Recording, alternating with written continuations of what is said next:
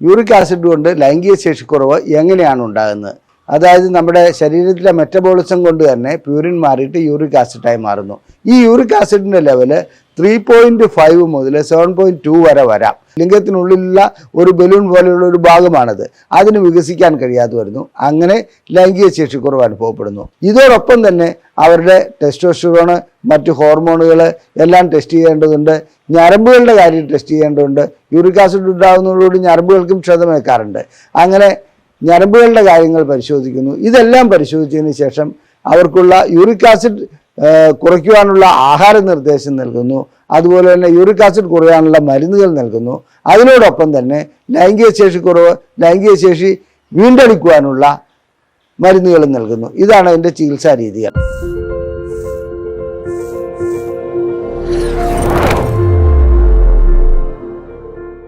ഞാൻ ഡോക്ടർ അജയൻ വർഗീസ്, കോഴിക്കോട് ജില്ലയിൽ കുന്നമംഗലം പന്തീർപ്പാടത്തുള്ള institute of sexual and reproductive medicine എന്ന സ്ഥാപനത്തിൻ്റെ ഡയറക്ടറാണ്. ISRMലേക്ക് സ്വാഗതം. ഇന്ന് ഞാൻ നിങ്ങളോട് ചർച്ച ചെയ്യുവാൻ പോകുന്നത് യൂറിക് ആസിഡും ലൈംഗിക ശേഷിക്കുറവും എന്ന വിഷയത്തെക്കുറിച്ചാണ്. എന്താണ് യൂറിക് ആസിഡ്? യൂറിക് ആസിഡ് കൊണ്ട് ലൈംഗിക ശേഷിക്കുറവ് എങ്ങനെയാണ് ഉണ്ടാകുന്നത്? സത്യം പറയട്ടെ, യൂറിക് ആസിഡും ലൈംഗിക ശേഷിക്കുറവും തമ്മിൽ നേരിട്ടൊരു ബന്ധമില്ല. എന്നാൽ സാധാരണഗതിയിൽ യൂറിക് ആസിഡ് ഉള്ള വ്യക്തികൾക്ക് ലൈംഗിക ശേഷിക്കുറവ് കണ്ടുവരാറുണ്ട്. കൂടുതലായി എല്ലാവർക്കും തന്നെ ലൈംഗിക ശേഷിക്കുറവ് കാണുന്നതിൻ്റെ, അതായത് യൂറിക് ആസിഡുള്ള എല്ലാ വ്യക്തികൾക്കും ലൈംഗിക ശേഷിക്കുറവ് അനുഭവപ്പെടുന്നതിൻ്റെ കാരണം എന്താണ് എന്നുള്ളതാണ് ഞാൻ ഇന്ന് വിശദീകരിക്കാൻ പോകുന്നത്. യൂറിക് ആസിഡ് എന്ന് പറയുന്നത് നമ്മുടെ ശരീരത്തിലെ പ്യൂരിൻ അഥവാ DNA, RNA എന്ന മുതലായ ഘടകങ്ങളിലെ ഒരു ഭാഗമാണ് പ്യൂരിൻ. ആ പ്യൂരിൻ തകർന്ന് അത് യൂറിക് ആസിഡായി മാറുകയാണ് ചെയ്യുന്നത്. അതായത് നമ്മുടെ ശരീരത്തിലെ മെറ്റബോളിസം കൊണ്ട് തന്നെ പ്യൂരിൻ മാറിയിട്ട് യൂറിക് ആസിഡായി മാറുന്നു. ഈ യൂറിക് ആസിഡിൻ്റെ ലെവല് 3.5 മുതൽ 7.2 വരെ വരാം. അതിൽ കൂടുതലാവുമ്പോഴാണ് നാം സാധാരണഗതിയിൽ ഒരു വ്യക്തിക്ക് യൂറിക് ആസിഡ് ഉണ്ട് എന്ന് പറയുന്നത്. അപ്പോൾ യൂറിക് ആസിഡ് ഒരു മാലിന്യമാണ്. അത് ശരീരത്തിൽ നിന്ന് നീക്കം ചെയ്യേണ്ട സാധനവുമാണ്. അത് സാധാരണഗതിയിൽ അങ്ങനെ നടക്കപ്പെടാത്ത ഒരവസ്ഥ വരുമ്പോഴാണ് ഗൗട്ട് എന്ന ഒരു അസുഖമുണ്ടാകുന്നത്. എന്താണ് ഗൗട്ട്? സാധാരണഗതിയിൽ ചെറിയ ജോയിൻറ്റുകളിൽ, ചെറിയ സന്ധികളിൽ വേദന അനുഭവപ്പെടുന്നു.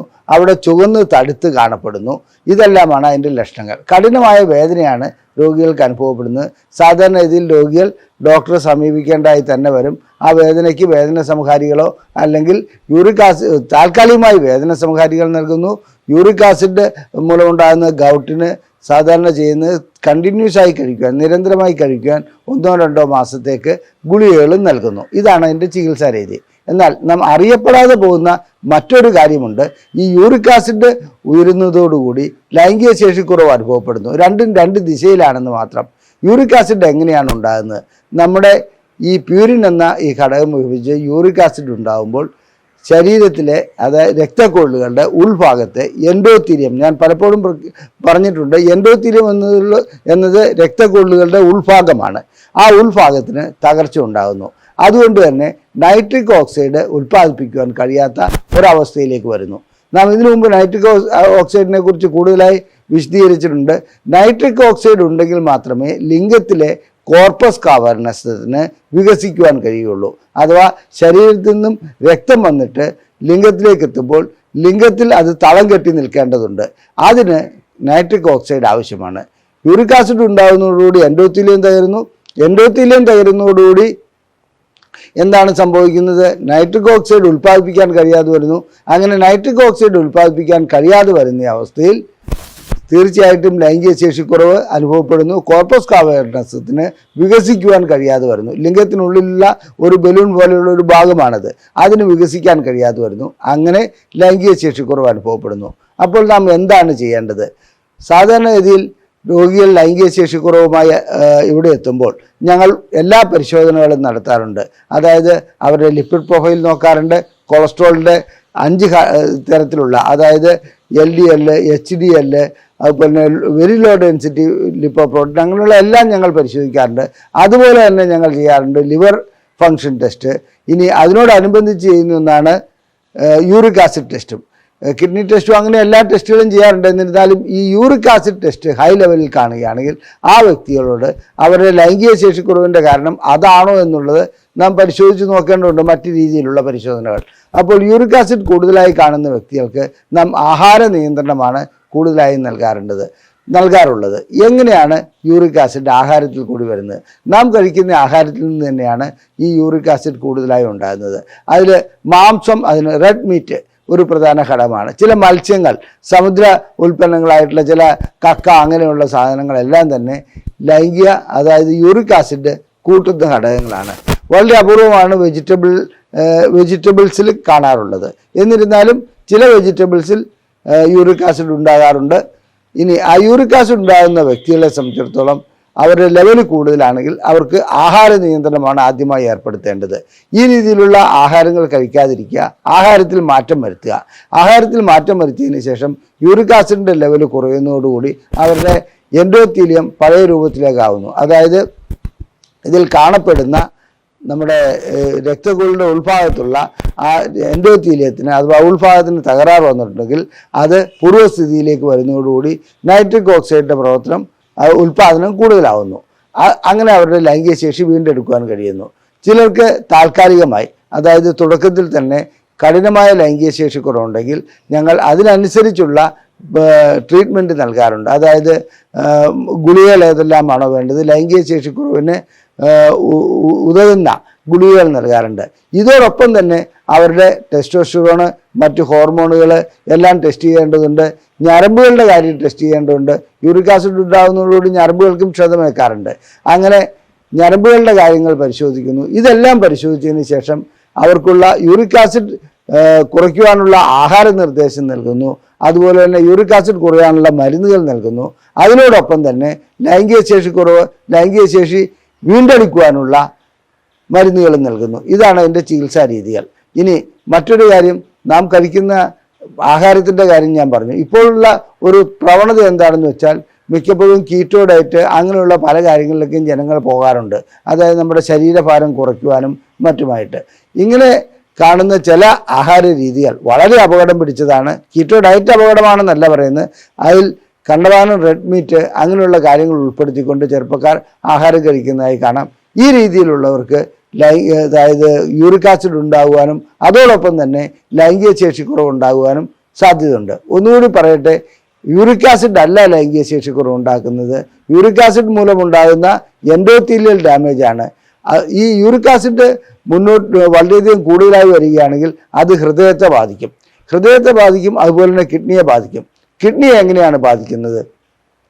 യൂറിക് ആസിഡ് ചില ക്രിസ്റ്റൽസായി മാറുകയും അത് കിഡ്നിക്കകത്ത് കല്ലായി രൂപപ്പെടുകയും ചെയ്യുന്നുണ്ട്.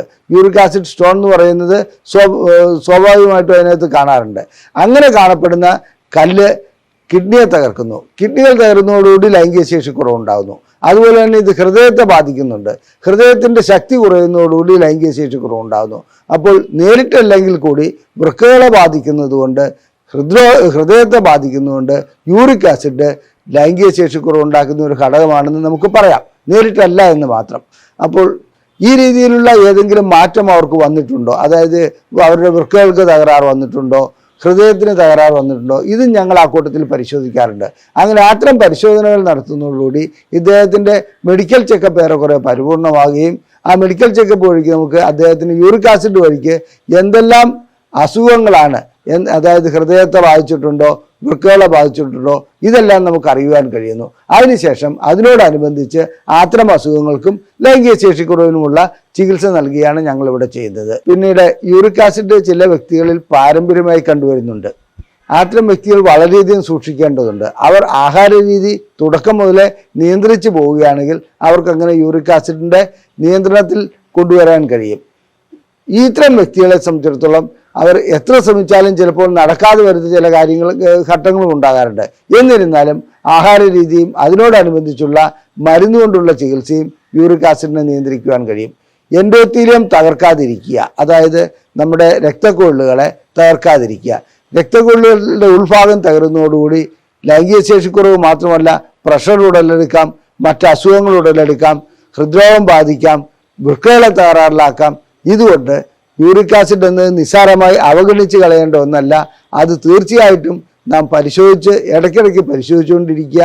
പരിശോധിക്കുന്നതിലൂടെ അങ്ങനെ ഒന്നുണ്ടെങ്കിൽ അതിനനുസരിച്ചുള്ള ആഹാര രീതിയിൽ മാറ്റം വരുത്തുക, ചികിത്സ ചെയ്യുക. അതല്ലാതെ അവഗണിക്കേണ്ട ഒന്നല്ല. വെറും യൂറിക് ആസിഡ് അല്ലേ, അല്പം ജോയിൻറ്റ് പെയിൻ അല്ലേ, അല്ലെങ്കിൽ ചെറിയ വേദനയല്ലേ, അത് വേദന സംഹാരി മാത്രം കഴിച്ച് മാറ്റിക്കളയാമെന്നുള്ള ഒരു തെറ്റിദ്ധാരണയിലേക്ക് പോകരുത്.